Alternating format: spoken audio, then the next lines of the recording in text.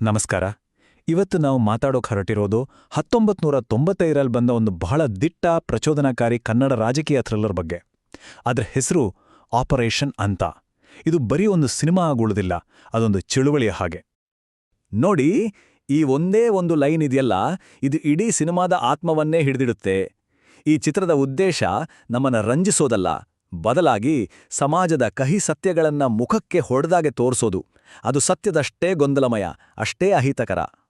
ಹಾಗಾದ್ರೆ ಆ ಅಹಿತಕರ ಸತ್ಯವನ್ನ ಸಿನಿಮಾ ಹೇಗೆ ನಮ್ಮ ಮುಂದಿಡುತ್ತೆ? ಇಲ್ಲಿ ಹೋರಾಟ ಒಳ್ಳೆಯವರು ವರ್ಸಸ್ ಕೆಟ್ಟೋರು ಅನ್ನೋ ಸರಳ ಲೆಕ್ಕಾಚಾರದಲ್ಲಿಲ್ಲ. ಅದಕ್ಕಿಂತಾನೂ ಆಳವಾಗಿ ಈ ಚಿತ್ರದ ನಿಜವಾದ ಸಂಘರ್ಷ ಇರೋದು ಒಂದು ಕೊಳೆತು ನಾರುತ್ತಿರುವ ವ್ಯವಸ್ಥೆ ಮತ್ತೆ ಅದಕ್ಕೆದುರಾಗಿ ನಿಂತ ಒಬ್ಬ ವ್ಯಕ್ತಿಯ ಆತ್ಮಸಾಕ್ಷಿಯ ನಡುವೆ. ಮೊದಲು ಇದರ ಹಿನ್ನೆಲೆ ಅರ್ಥ ಮಾಡ್ಕೊಳ್ಳೋಣ. ಇದು ಸುಮ್ಮನೆ ಬಂದಿದ್ದಲ್ಲ, 1981ರಲ್ಲಿ ಬಂದಿದ್ದ ಕಲ್ಟ್ ಕ್ಲಾಸಿಕ್ ಅಂತ ಚಿತ್ರದ ಮುಂದುವರೆದ ಭಾಗ. ಇನ್ನು ನಿರ್ದೇಶನದ ಜವಾಬ್ದಾರಿ ಹೊತ್ತಿದ್ದು ಬೇರೆ ಯಾರೂ ಅಲ್ಲ, ತಮ್ಮದೇ ಆದ ರೆಬೆಲ್ ಶೈಲಿಗೆ ಫೇಮಸ್ ಆಗಿದ್ದ ಉಪೇಂದ್ರ. ಇಲ್ಲೇ ನೋಡಿ ಚಿತ್ರದ ಅಸಲಿ ಮಜಾ ಇರೋದು. ಒಂದೇ ಥರ ಕಾಣೋ ಇಬ್ರು ವ್ಯಕ್ತಿಗಳು, ಒಬ್ಬ ಅಪರಾಧಿ, ಇನ್ನೊಬ್ಬ ಕಾನೂನು ಪಾಲಕ. ಕನ್ವರ್ ಲಾಲ್ ಮತ್ತು ಸುಶೀಲ್ ಕುಮಾರ್. ಈ ಪಾತ್ರಗಳು ಕಾನೂನು ಮತ್ತು ಅಪರಾಧ ಲೋಕದ ಮಧ್ಯೆ ಇರೋ ಆ ತೆಳುವಾದ ಗೆರೆ ಇದೆಯಲ್ಲ, ಅದನ್ನೇ ತೋರಿಸುತ್ತೆ.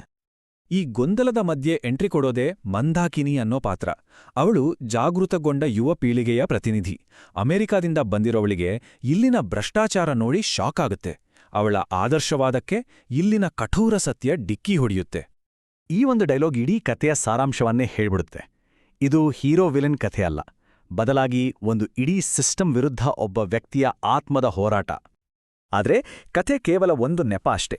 ಅದರ ಒಳಗಡೆ ಇರೋದು ಸಮಾಜದ ಕಡೆಗೆ ಎಸೆದ ಒಂದೊಂದು ಸ್ಫೋಟಕ ಪ್ರಶ್ನೆಗಳು. ಹಾಗಾದ್ರೆ ಈ ಸಿನಿಮಾ ನಮ್ಮ ಮೇಲೆ ಗ್ರೆನೇಡ್ ಥರ ಎಸೆಯೋ ಆ ಪ್ರಶ್ನೆಗಳು ಯಾವ್ಯಾವು?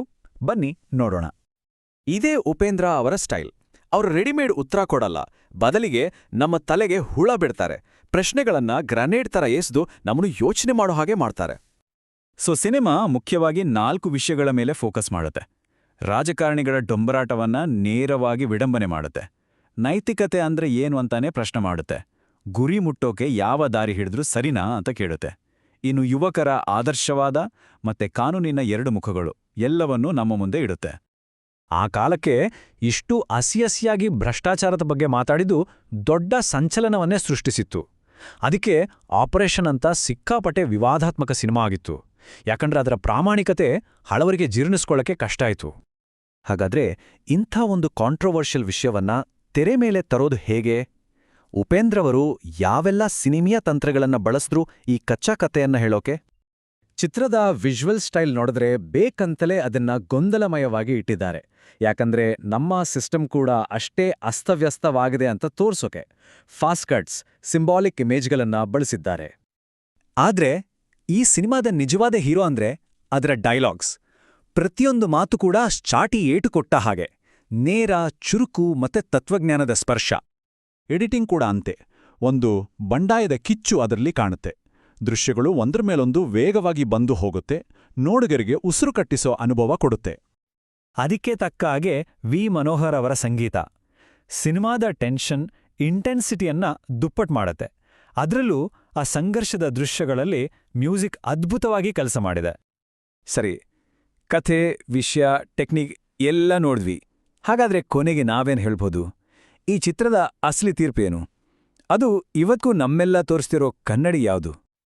ಈ ಇಡೀ ಸಿನಿಮಾದ ಗೊಂದಲಮಯ ಶಕ್ತಿಯನ್ನ ಹಿಡಿದಿಟ್ಟಿದ್ದು ಅದರ ನಟನೆ. ಅದರಲ್ಲೂ ಅಂಬರೀಷ್ ಅವರ ಡಬಲ್ ಆಕ್ಟಿಂಗ್ ಅದ್ಭುತ. ಇನ್ನು ಮಂದಾಕಿನಿ ಪಾತ್ರ ಕಥೆಗೆ ಒಂದು ಬೇರೆಯೇ ಆಯಾಮ ಕೊಡುತ್ತೆ. ನಾವು ಸಿನಿಮಾಯಿಯ ಪ್ರತಿಭಟನೆ ಅಂತೀವಲ್ಲ, ಅಂದ್ರೆ ಏನು? ಅಂದ್ರೆ ಒಂದು ಸಿನಿಮಾ ಕೇವಲ ಮನೋರಂಜನೆಗೆ ಸೀಮಿತವಾಗದೆ ಸಮಾಜಕ್ಕೆ ಪ್ರಶ್ನೆ ಕೇಳೋ, ಸವಾಲ್ ಹಾಕೋ ಒಂದು ಅಸ್ತ್ರವಾದಾಗ ಆಪರೇಷನ್ ಅಂತ ಇದಕ್ಕೆ ಪರ್ಫೆಕ್ಟ್ ಉದಾಹರಣೆ. ಸಾಮಾನ್ಯವಾಗಿ ಸಿನಿಮಾಗೆ ರೇಟಿಂಗ್ ಕೊಡ್ತೀವಿ, ಆದ್ರೆ ಈ ಸಿನಿಮಾಗೆ ಕೊಡಬೇಕಾಗಿರೋದು ಅದರ ಧೈರ್ಯಕ್ಕೆ. ಆ ಧೈರ್ಯಕ್ಕೆ ಖಂಡಿತ 5ಕ್ಕೆ 5. ಕೊನೆಯದಾಗಿ ಒಂದು ಪ್ರಶ್ನೆ. ಒಂದು ಸಿನಿಮಾದ ಕೆಲಸ ಕ್ಲೀನ್ ಹೀರೋಗಳನ್ನ ಕೊಟ್ಟು ಹ್ಯಾಪಿ ಎಂಡಿಂಗ್ ಕೊಡೋದೇ ಆಗಿದ್ರೆ ಈ ಸಿನಿಮಾ ಸೋತಿದೆ ಅಂತ ಹೇಳ್ಬೋದು. ಆದ್ರೆ ಒಂದು ಸಿನಿಮಾದ ಕೆಲಸ ನಮ್ಮನ್ನ ನಾವು ನೋಡ್ಕೊಳ್ಳೋ ಹಾಗೆ ಮಾಡೋದು, ನಮ್ಮ ವ್ಯವಸ್ಥೆಯನ್ನೇ ಪ್ರಶ್ನಿಸೋ ಹಾಗೆ ಮಾಡೋದಾದ್ರೆ ಆಗ ಈ ಸಿನಿಮಾ ಗೆದ್ದಿದೆಯಾ ಸೋತಿದೆಯಾ ಯೋಚನೆ ಮಾಡಬೇಕಾದ ವಿಷಯ.